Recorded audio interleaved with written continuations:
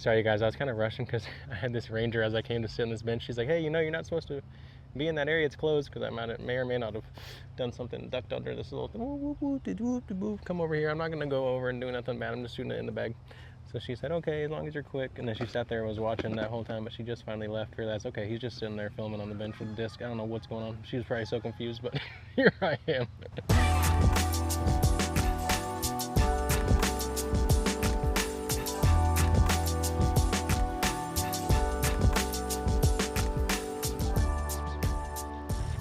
What's in your disc golf bag is about so much more than just the discs and the plastics. It's a peek into your personality and how you prepare. It's a look at your skills and the challenges that the courses you play are asking of you. It's a showcase of who you are as a person, the creativity that you possess, and the physical strength that you carry. What's in your bag is so much more than just the discs that you carry. And here's what's in my bag as we start the 2026 season. I'm here in Florida. I'm at Homosassa Springs right now, looking for a vibey backdrop for an in the bag. So I can show you guys what I'm throwing as we head into the first DGPT of the year. I've had time to learn my Stokely and RPM disc lineups, and I've had time to fill back some of my old open bag slots since I am still open bag. So I'm excited to show you guys what I'm currently throwing heading into the first event of the season. All right, guys, here we have it. This is what I'm throwing for the 2026 season. I'm gonna start with the slow disc, work our way to the fast disc. I did have someone comment saying that he wanted to see it in the bag, kind of where I talk about different shot shapes that I need and what I throw for that. And I definitely want to make a video like that at some point, but for now I'm just gonna kind of talk about some of these new discs, what I've been liking them for as I head into the new season. So starting off with the putting putter, I've been using the Finch from Stokely Discs. I wrote house on a couple of them because you got to mark your disc to know that you're yours when you're out there in competition. And the house finch is a pretty cool bird that I like near the Austin area. Been loving the Finch so far. It has the profile that I love for a putter. Nice flat space on the bottom wing before you hit the bead, which is where I like to place that index finger. Has a solid stability at the end so it can handle some pop and give you some trustworthy flights on those putting greens. So been loving the Finch so far. Now onto my throwing putters. I've got two Rurus in the bag. You guys have probably seen me throw this and love this disc. Just put this Magma Soft in the bag I've been messing with, a little bit less stable than the Atomic Ruru and a little bit stickier on the ground, so good for some tricky approach shots on these greens out at Olympus. This one, bread and butter, straight flyer. Already one of my favorite discs in my bag, and I've only been throwing it for a couple weeks. Had an ace with it, hole 4, Circle C, one of my home courses. Finally got it after 500 plus times playing that hole on like my 3rd or 4th attempt with this disc. So pretty awesome disc. Really been loving the Ruru. Then we got the Takapoo, a bump up from the Ruru. Really good flyer when you need straight flight with dependable finish, or even holding hyzer with softer ground play. Been loving the Takapoo. Into my approach discs. I got 2 approach discs in right now. I am missing another Kia that I'll have a premium Kia in my bag pretty soon once I get a couple more throwers in the mail. I've got a Kia here in the soft Magma, nice and dead straight out to 300 feet or so. Been loving it on the forehand. Not too much backhand action, mainly just for those straight forehands for me. So really good flyer. Can't wait to get another stable one in the bag because in the Cosmic Plastic they are ridiculously overstable, like a Justice Big Brother. And then we got the Owl from Stokely Discs. Really been enjoying this one. This one's in the Strato Plastic and sticks on the ground nicely. It's like between a Zone and a Zone OS, I would say. If you want to try any of these discs, check out the links in the description below, and that's how you can support me. Pretty cool thing with Stokely is every disc that you purchase using my code Connor2026, I'll get 25% of those proceeds to support my tour. On to the mid-ranges. We got 4 in the bag technically. We'll start with the old tried and true MD3. This one's in my bag kind of as like a pacifier right now, but honestly the way I've been loving these Katukus, I got 3 in the bag I've been working. I think I'm really gonna be able to maybe cycle that MD3 away as I get some more of this Stratoplastic Katuku, which is nice, and flip to flat. Gonna work in over time, but honestly been holding up pretty decent. I've put a beating on it already, as you can tell. And then I got two more Katukus in the bag. I got the Atomic Plastic and the Glow Plastic. Glow I've been using kind of as a hybrid backhand, forehand. This one mainly just playing some mid-range backhand flat shots to hyzer shots. And yeah, I really love the Katuku when I need mid-range control and ground play, but be able to hammer on it with a lot of power. Next up, my most thrown disc of all time. This Explorer is just hard to kick out of the bag, and yeah, just seems to keep finding a way back in. Great for those late hyzer flips. That's right, put the Athena back in not too long ago. Had a feeling I was going to. It's just a slot, that 7-speed laser straight that you gotta have, in my opinion, out on the Disc Golf Pro Tour.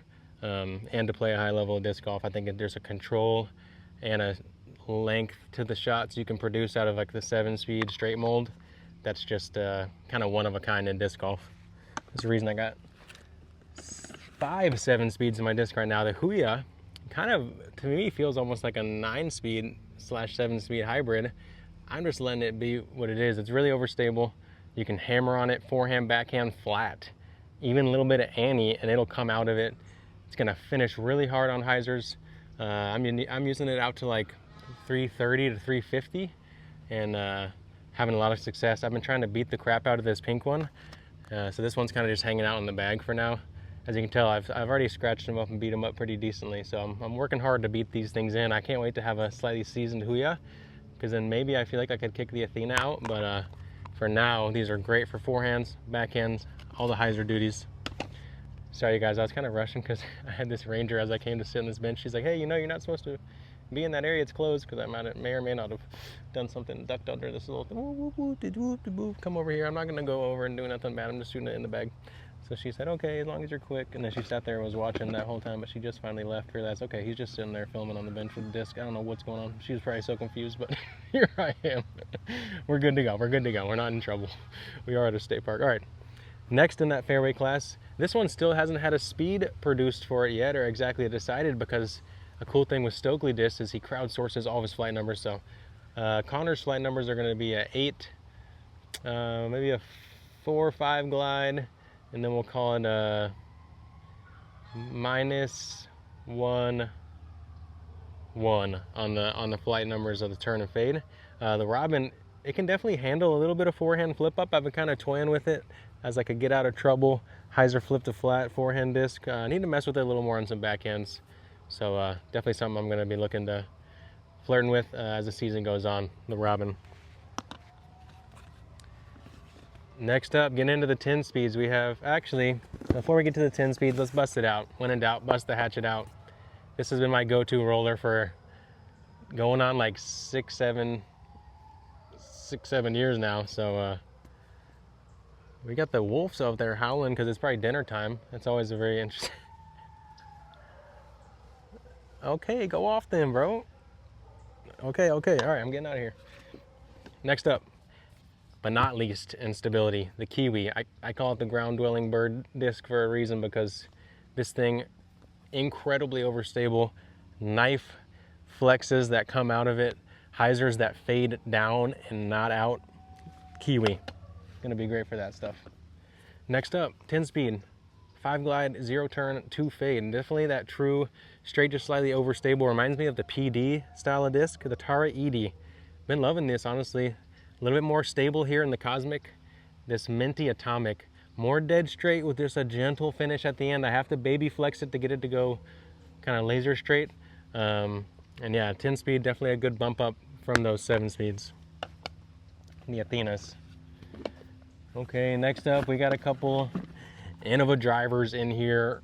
Not gonna lie to you guys, this Flippy Wraith and this Flippy Evelina Destroyer, there's easy distance, and I have a lot of throws with them, and I'm really feeling solid about them. So put these in the bag, because these things give me easy distance and a lot of control, a lot of good mims with them, you know what I'm saying? Then Kobe Bryant's back. I don't know what it is. This is Kobe Bryant's cousin. We need to dye Kobe Bryant back on there. If you have my Kobe Bryant disc in Washington at, what's it called, CAC Point, please give it back. This is just my medium, true medium driver right now. Kind of just the go-to. Something though that's becoming a little bit of my go-to, especially when I need a little more stability than the Cloudbreaker, but not by a ton when it comes to this atomic plastic that's a little bit of like a blendy atomic, almost like that old Pearly Champ. This Kotare, the Kotare is the mold, is a little bit straighter. I can get it to push straight before dependable finish. Nice skips with that 12-speed rim. And this one, more of a true meat hook. Kotare gets it done when I need control, but surprising me with how much distance I'm getting out of the atomic plastic. So I need to flirt with some of these atomic Kotares a little bit more, and I can see myself putting more in the bag. There's a quick look at what I'm bagging going into Olympus. The Supreme Flight Open is about a week away. Let me know what you think of my bag setup, what disc you're surprised to see in there, what disc maybe you expected, and what some of your favorites are.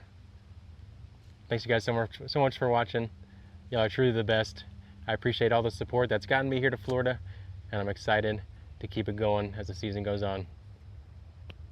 Connor out. I gotta get out of here. They're gonna kick me out. Go on.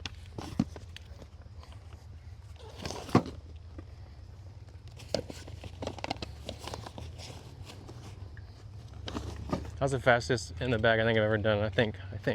Okay, wow. I actually was fast. I'm scared because I'm a yapper, so you never know. Shout out to that ranger for letting us skirt the rules in a you know, not that harmful way. I'm just sitting here talking on the bench. And also shout out to the legacy of Lou. R.I.P. Lou. But, you know, they never know. What's this guy that I've never seen in my life doing over there? You never know. You never know. So I understand. But I appreciate that they recognize the situation was a stand-down situation. No alarm needed. Coach Connor here for good. Don't worry about it. Not gonna lie to you guys, I was kind of hoping this was a spring I could swim at, but you know, it's a spring for the manatees and the animals, so I'm cool with it. Just didn't want to drive an hour and 40 minutes to the spring that I went to on the way down here, so yeah, homo sasa, it was. Anyways, see you guys next time, wherever that is.